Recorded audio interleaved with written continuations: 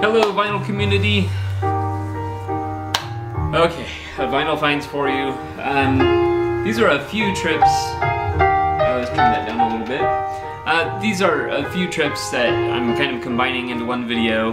A couple of them I just found, you know, a couple things basically. And then tonight I went to the record store in Riverside. So, here in Riverside, I should say. Alright, so let's get down to it. First of all, I was very excited about this, and this happens to be what we're listening to. A 5-record box set of Scott Joplin. Nice. Nice. 5-record set. Nothing on the back there.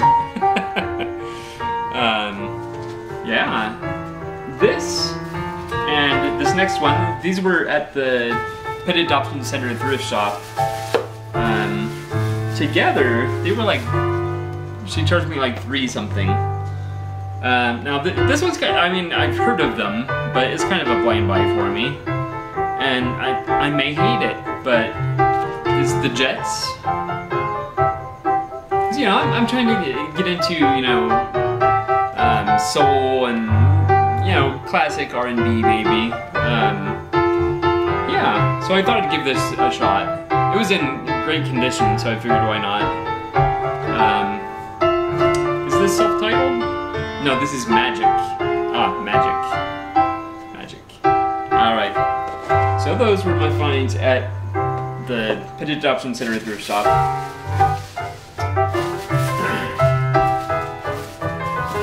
These were at a Goodwill. Very excited about these. Because one thing I'm collecting is box sets of classical music and especially operas.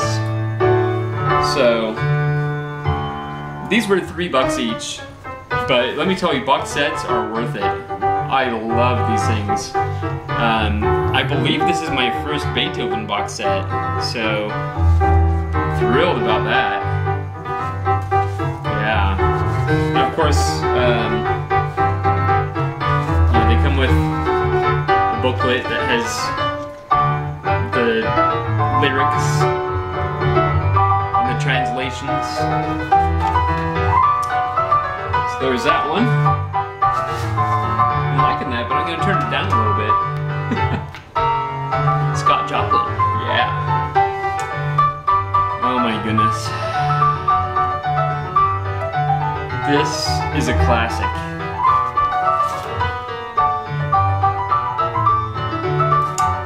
Verdi, Aida. I don't know how to pronounce it, you know. I just know how to listen to it. And let me tell you, I am so excited about this. Oh man. Because this has some classic songs in it. And again, we have the booklet. Lyrics, translations, the summary of the story. Heck yeah, I'll pay $2.99 for this. Alright, what was the next stop? Oh, this was Sabers. I leave them in the bags because it helps me remember, you know, where I purchased them. Alright. So, alright, now growing up, my dad was the influence on me as far as country music. I never got really deep into it. There were just a few artists that he would listen to. Most notably, Johnny Cash, Willie Nelson, Kenny Rogers, Dolly Parton, and Barbara Mandrell. So this is the best of Barbara Mandrell. Maybe this will bring back some childhood memories for me, but yeah. I've seen her albums before, but I decided to pick this one up. It's a best of, and it'll be, you know, I don't really have any desire to collect her albums, but yeah. Alright, now this one is very interesting. Very interesting. This is Improvisations to Music, Mike Nichols and Elaine May.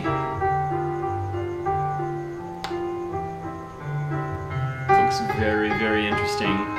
So basically, well, it says, the material within is a collection of words and music completely improvised at the recording session.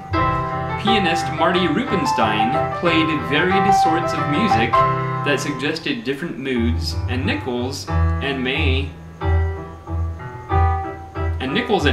would spontaneously create a scene to fit each. Okay. Yes. So, I'm very interested about this. I just... Interesting. So someone scribbled little notes. So for cocktail piano it says seduction. For Misterioso it says spies. For a second piano concerto it says dental assistant. Everybody's doing it now. Dylan Thomas. Bach to Bach in bed. Tango dancing. Sonata for piano and celeste. Psychoanalysis. And Chopin, Daddy Leaving. Interesting. What do those mean? What do those mean? I'm very curious about this. And I don't know, he probably doesn't watch my videos, but he's too busy making his music. But this reminds me of Roger Coleman. He does improvisational music. Yeah, so as soon as I saw this, I thought of him, and I just had to pick it up. So also Roger Coleman plays piano. So actually, I think he's probably a multi-instrumentalist, if I'm not mistaken. But anyway, yes, excited about that. This one just looks good. Sounds Unlimited, Marty Gold and his orchestra. Yeah, it just looks interesting.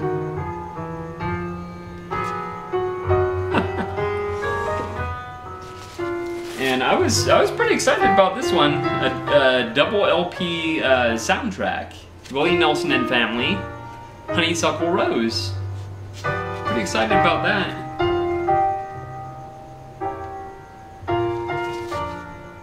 Yeah. Alright, so let's get to Mad Platter. Alright, I just couldn't resist on these, man. So let's show you what I found. I got some really good stuff, some several albums that I'm not familiar with, but I did a little research and it sounds like stuff I would be interested in, and or they were highly rated by allmusic.com. Let me tell you, I am thrilled. Now, bear in mind, these were 99 cents each, so I am thrilled to add another Billy Joel to my collection for 99 cents. Turnstiles. I have never seen this in the wild, especially in a dollar bin. Billy Joel Turnstiles. Very excited about that. Are you liking the Scott Joplin? Usually when I think of Scott Joplin, I think of more upbeat music, but I guess he did a variety, so that's good. This one, I looked into it a little bit. Basically, it's El Subramaniam.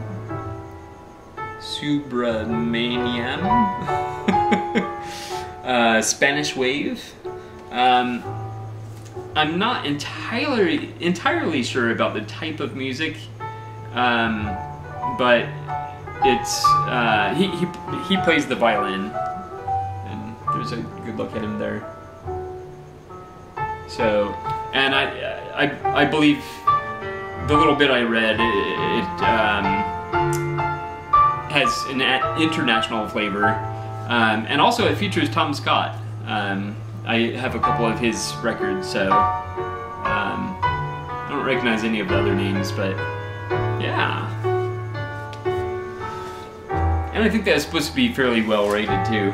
This one I couldn't remember if I had it. I'm pretty sure I don't, but the Fix Walkabout for 99 cents, you know, why pass it up? Oh, this I'm excited about. Now the box is smashed to hell. It's all falling apart. It doesn't even stay together. But Tex Ritter, an American legend. Nice. Very excited about that. Yeah. I believe it's 3 records. There's no booklet or anything. I don't know if there ever was, but yeah, 99 cents for a 3-record box set. Oh. All right, here we got some Petula Clark. Maybe that's why they call her Pet Clark. These are my songs, Pet Clark, including Beehive. I couldn't believe I found this in a 99-cent bin. Again, I'm not the biggest Elvis fan, but if I can pick up Elvis for 99 cents, come on everybody! Oh yes, come on everybody, Elvis. Heck yeah, I'm gonna do it for 99 cents. Heck yeah! Oh man. My wife loves Elvis, by the way.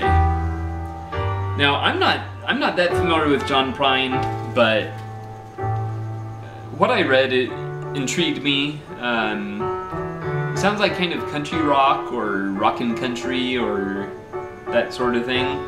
Kind of country music with an edge. So this is John Prine, Sweet Revenge.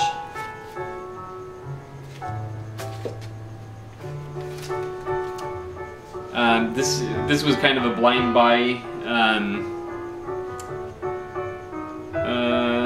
Yeah, this was supposed to be a pretty good album. I guess leaning towards soft rock. Shaun Phillips, Furthermore.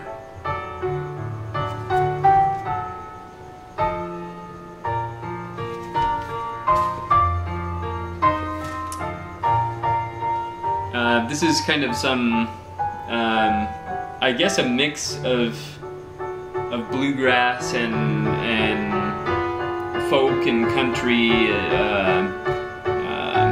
with a little rock thrown in, is what I understand. But this is Jack the Lad. It's Jack the Lad. That's a cool image there. I think this is the one.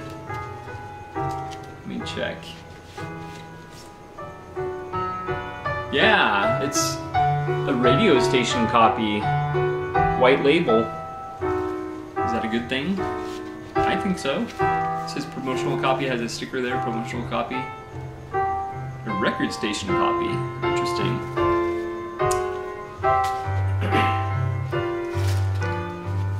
This one I'm excited about. Jazz is definitely something I need to beef up in my collection. But it doesn't come as easily as a lot of the other stuff, so at least in the dollar bins. Ben Sidran, live at Montreux. I assume that's the Montreux Jazz Festival. Yeah. I think this was supposed to be pretty highly rated. I think, if I remember correctly, AllMusic.com rated this 4 stars, and the users on AllMusic rated it 4.5, if I remember correctly. But yeah. So I have to add more jazz to my collection. This is definitely a blind buy. Balcones Fault. It's all Balcones Fault. I think I couldn't, if I remember correctly, I couldn't find anything about this record or this band. I couldn't find any information. But right here it says musical promiscuity ranging from precise pandemonium to calculated chaos. It's all Balcones Fault. So it sounds very interesting. I enjoy chaotic music. Makes me think that it's improvised, perhaps. Again, thinking of Roger Coleman. Yeah, very curious about that one. All right, then we have Phil Wood's Images with the Michel Legrand and orchestra.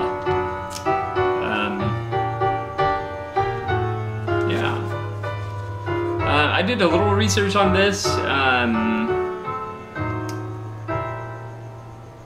Yes, he plays the saxophone, and this, they were basically saying that this wasn't his best album, but I think they were suggesting, and when I say they, I mean allmusic.com, they were suggesting that he had some interesting sounds on here that perhaps he hasn't done before. So, you know, 99 cents, you can afford to take a chance on things. This particular album, I couldn't find out any information on it, but it's Osamu Passages. It's one of those that it makes me think that someone has showed it in the vinyl community, but I don't know. Probably not. But it's basically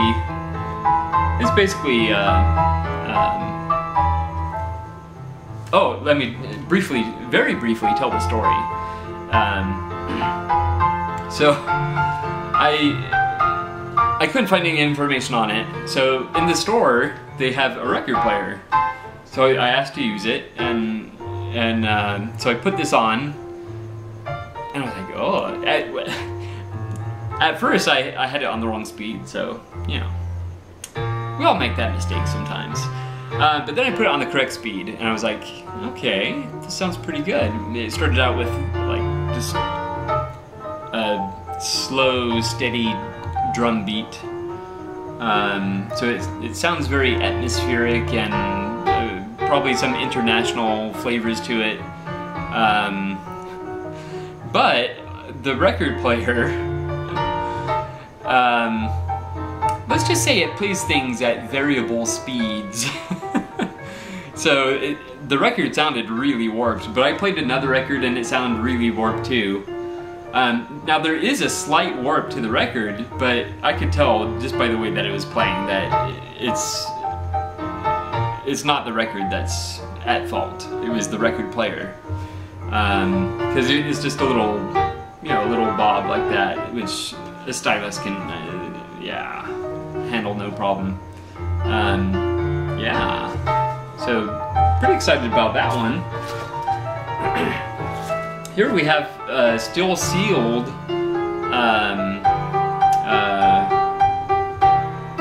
compilation record put out by Burnside Distribution Corporation, and it says independent comp, and it describes independent as not dependent on or affiliated with a larger or controlling entity. So I'm always glad to pick up samplers or compilations, that sort of thing. And it has a bunch of bands that I've never heard of. Yeah, so, I'm always willing to try out new stuff, and it's still sealed, so bonus.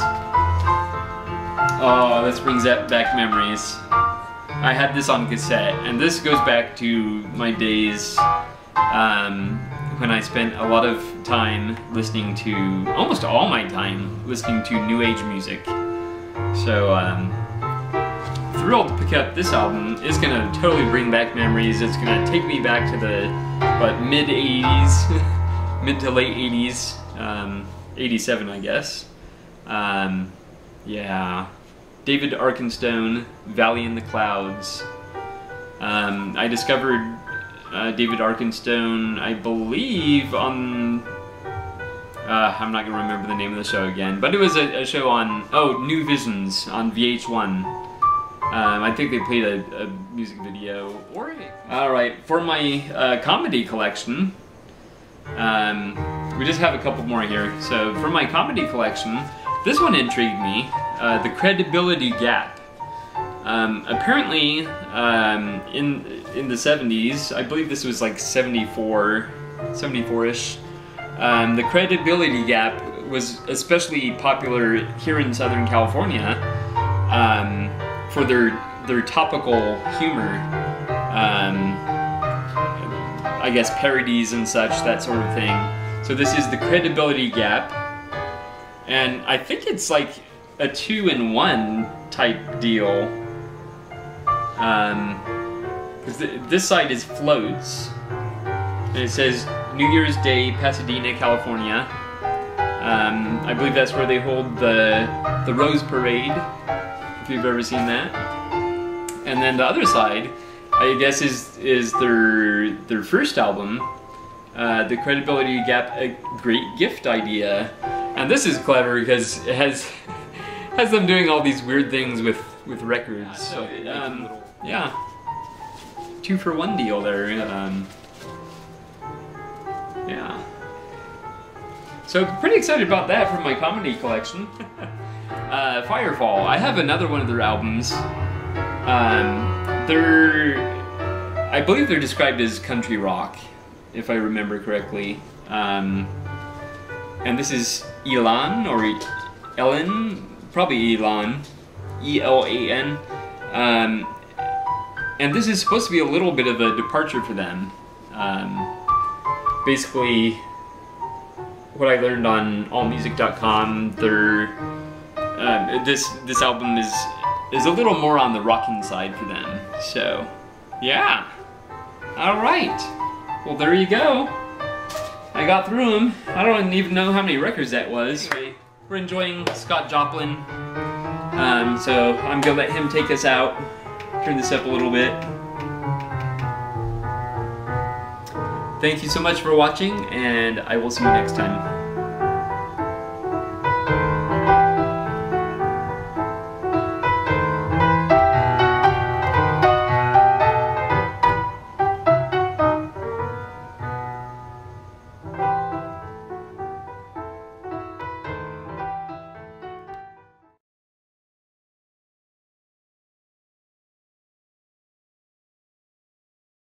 Come on, everybody.